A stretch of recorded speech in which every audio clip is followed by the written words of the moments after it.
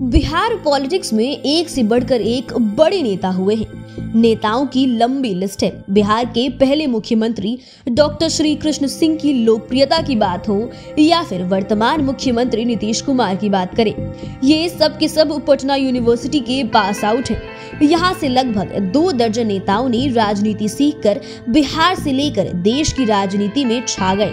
इनमें से कई अब रहे भी नहीं, उनका वर्षों पहले निधन हो गया। इसी साल जुलाई में पूर्व मंत्री नरेंद्र सिंह का निधन हुआ था। नरेंद्र सिंह 70 के दशक में पीयू छात्र संघ के जनरल सेक्रेटरी बने थे। वे 1971 में लालू यादव को हराकर जनरल सेक्रेटरी बने थे। लेकिन आज भी पटना यूनिवर्सिटी के कई पूर्ववर्ती छात्र ऐसे हैं जो बिहार से लेकर देश की सियासत में पूरी मुस्तैदी से राजनीति कर रहे हैं। ऐसे में 5 PM के 5 का तड़का में आज हम पॉलिटिक्स के उन 5 बड़े नेताओं के बारे में बताएंगे जिन्होंने पटना यूनिवर्सिटी से अपनी पढ़ाई की है और अभी भी पॉलिटिक्स की पहली पंक्ति में बने हुए हैं। सबसे पहले बात करते हैं 5वें नंबर पर JP नड्डा की। हालांकि ये तो दूसरे प्रदेश के, लेकिन पटना यूनिवर्सिटी से इन्होंने पढ़ाई की और छात्र संघ चुनाव में भी ये गंभीरता से जुटे रहे। दरअसल इनका पूरा नाम जगत प्रकाश नड्डा है और ये हिमाचल प्रदेश के होते हुए भी इनका बिहार कनेक्शन भी काफी स्ट्रॉन्ग रहा है। इनका जन्म से लेकर पढ़ाई लिखाई सब बिहार में हुआ है। JP नड्डा के पिता नारायण लाल नड्डा उस समय बिहार में ही वाइस चांसलर थे और इनकी मां हाउसवाइफ थी। इसी दौरान JP नड्डा का जन्म पटना में हुआ था। उस समय इनके माता पिता पटना में ही रहते थे। इन्होंने ग्रेजुएशन तक की पढ़ाई लिखाई पटना में ही की है। JP नड्डा की स्कूलिंग पटना के सेंट जेवियर स्कूल में हुई थी, जबकि इन्होंने स्नातक की पढ़ाई पटना विश्वविद्यालय के पटना कॉलेज से की थी। नड्डा अपने बिहार दौरे पर कई दफा कह चुके हैं, बिहार और पटना से मेरा पुराना संबंध रहा है। हमें अपनी धरती पर रहकर काफी ऊर्जा मिलती है। पटना में JP आवास से लेकर गांधी मैदान तक हमेशा हमारी स्मृति में घूमते रहते हैं। इतना ही नहीं, इनके मन में पॉलिटिक्स की हवा भी पटना की ही धरती पर लगी थी। तब ये महज 14 से 15 साल के थे। उसी समय पटना में देश के सबसे बड़े छात्र आंदोलन की नींव पड़ी थी। इस नींव ने JP नड्डा के मन को भी झकझोर दिया था। तब इन्होंने तय कर लिया था कि उन्हें पॉलिटिक्स में जाना है।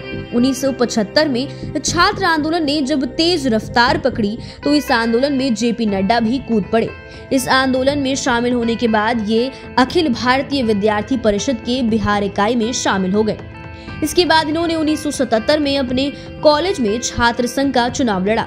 इसमें इन्हें सफलता मिल गई। इसके बाद से ही तो इनके अरमान को और हवा मिली। इस चुनाव को जीतकर वे पटना यूनिवर्सिटी के सचिव बने। कहा जाता है कि पॉलिटिक्स के मैक्सिमम दांव भी इन्होंने पटना यूनिवर्सिटी में ही सीखे और आज JP नड्डा देश की एक्टिव पॉलिटिक्स में है। अब बात करते हैं 4थे नंबर की। 4थे नंबर पर सुशील मोदी हैं। सुशील मोदी के बारे में कहा जाता है कि उन्होंने पटना यूनिवर्सिटी से ही राजनीति का ककहारा सीखा है। आज भी सुशील मोदी बिहार के कदावर नेता हैं तथा वर्तमान समय में वे BJP की ओर से राज्यसभा सांसद हैं। इसके पहले वे NDA की ओर से कई टर्म बिहार में डिप्टी CM के पद पर रहे हैं। सुशील मोदी अब ऐसे नेता की लिस्ट में शामिल हो गए हैं जो चारों हाउस के मेंबर रहे हैं। राज्यसभा से पहले सुशील मोदी लोकसभा, विधानसभा और विधान परिषद के सदस्य रह चुके हैं। बता दें कि सुशील मोदी 70 के दशक में पटना छात्र संघ के चुनाव में काफी एक्टिव थे। उनकी छात्र राजनीति की शुरुआत 1971 में हुई थी। वे उस वक्त पटना यूनिवर्सिटी छात्र संघ के 5 सदस्यीय कैबिनेट के सदस्य निर्वाचित हुए थे। साथ ही 1973 में महामंत्री चुने गए। उस वक्त पटना यूनिवर्सिटी छात्र संघ के अध्यक्ष लालू यादव और संयुक्त सचिव रविशंकर प्रसाद चुने गए थे। सुशील मोदी ने पीयू से बॉटनी ऑनर्स में ग्रेजुएशन किया था और ये पहली बार 1990 में विधायक तो 2004 में पहली बार सांसद बने। इसके बाद वे लगातार शिखर पर चढ़ते चले गए। फिर इन्होंने पीछे मुड़कर नहीं देखा। और सबसे दिलचस्प ये है कि सुशील कुमार मोदी ने जिस लालू यादव के साथ छात्र राजनीति शुरू की, उन्हें जेल भिजवाने में भी अहम भूमिका निभाई। तीसरे नंबर पर बात करते हैं डॉक्टर CP ठाकुर की।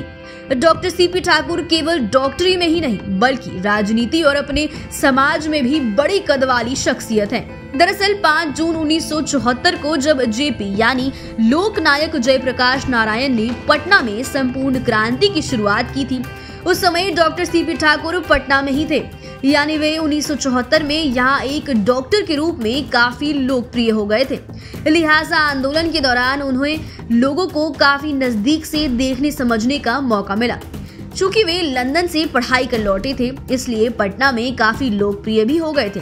बता दें कि वे वर्ष 1957 में पटना के पीएमसीएच से MBBS की पढ़ाई की थी। उस समय पीएमसीएच पटना विश्वविद्यालय से ही एफिलिएटेड था। वहीं अब पीएमसीएच आर्यभट्ट ज्ञान विश्वविद्यालय के अधीन चला गया है। और तो और सीपी ठाकुर 74 के आंदोलन की अगुवाई करने वाले लोकनायक जयप्रकाश नारायण के प्राइवेट डॉक्टर के रूप में उनका कई वर्षों तक इलाज किया। कालाजार के क्षेत्र में उनके अग्रणी शोध ने उन्हें दुनिया भर में पहचान दिलाई।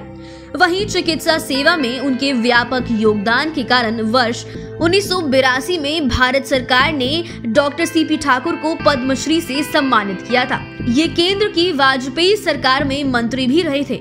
हालांकि बढ़ती उम्र की वजह से डॉक्टर सीपी ठाकुर आज भले ही सक्रिय राजनीति से दूर हैं, लेकिन आज भी इनका अपने समाज पर जबरदस्त पकड़ है। इस लिस्ट में दूसरे नंबर पर बात करते हैं नीतीश कुमार की। पटना यूनिवर्सिटी और जेपी आंदोलन से इनकी राजनीति शुरू हुई, जो आज भी जारी है। नीतीश कुमार किसी परिचय के मोहताज नहीं है और सब जानते हैं कि बीच का लगभग एक वर्ष छोड़ दिया जाए तो 2005 के नवंबर माह से ये मुख्यमंत्री की कुर्सी पर काबिज हैं। कहा जाता है कि जब पटना में छात्र आंदोलन भड़का था, तब ये महज 23 साल के थे और उस समय ये पटना यूनिवर्सिटी के तहत पढ़ाई कर रहे थे। बचपन भी इनका नालंदा के साथ ही पटना के बख्तियारपुर में बीता है। पटना यूनिवर्सिटी में पढ़ते हुए भी इन्होंने 74 के आंदोलन में अहम रोल निभाया और लोकनायक जयप्रकाश नारायण के रास्ते चलकर ये उनका पकिया शिष्य बन गए और आज भी नीतीश कुमार जेपी के रास्ते पर आगे बढ़ रहे हैं और उनके समाजवाद की दुहाई दे रहे हैं। इतना ही नहीं, 14 अक्टूबर 2017 को आयोजित शताब्दी समारोह में पीएम नरेंद्र मोदी खुद शामिल हुए थे। पीएम मोदी के साथ मुख्यमंत्री नीतीश कुमार भी मंच पर मौजूद थे। इस दौरान नीतीश कुमार ने अपने छात्र जीवन को भी याद किया था। तब उन्होंने कहा कि पटना यूनिवर्सिटी के साइंस कॉलेज में पढ़ाई करना सौभाग्य की बात है। हालांकि नीतीश कुमार ने प्रधानमंत्री नरेंद्र मोदी की मौजूदगी में पटना यूनिवर्सिटी को केंद्रीय विश्वविद्यालय बनाने की मांग भी रखी थी, लेकिन ये मांग आज भी पेंडिंग है। अब बात करते हैं पहले नंबर की। पहले नंबर पर लालू यादव की बात करेंगे। आज भी लालू यादव बिहार से लेकर देश की सियासत में बड़े कद वाले नेता है और अपनी पार्टी आरजेडी के सुप्रीमो हैं। भले ही तेजस्वी यादव धीरे धीरे पार्टी की कमान संभाल रहे हैं, लेकिन आज भी लालू यादव का ही अंतिम डिसीजन चलता है। और बता दें कि लालू यादव भी पटना यूनिवर्सिटी के ही प्रोडक्ट हैं। इतना ही नहीं, लालू यादव तो पटना छात्र संघ से चुनाव जीतने वाले बिहार के इकलौते मुख्यमंत्री भी रहे हैं। दरअसल पटना विश्वविद्यालय में वर्ष 1970 में पहली बार चुनाव हुआ था।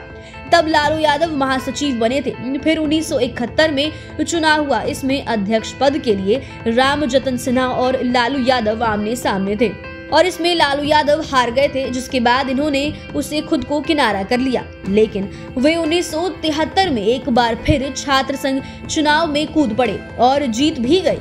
इस चुनाव में लालू यादव के साथ सुशील मोदी ने गठबंधन किया था। जिस तरह लालू अध्यक्ष बने तो सुशील मोदी महासचिव बने। इसके बाद लालू यादव 74 के आंदोलन में शामिल हो गए और जेपी के साथ कदम से कदम मिलाकर आगे बढ़े। फिर पॉलिटिक्स की मेन स्ट्रीम में आ गए, जिसके बाद तो वे पीछे मुड़कर देखे ही नहीं और आज भी बिहार पॉलिटिक्स के शिखर पर है।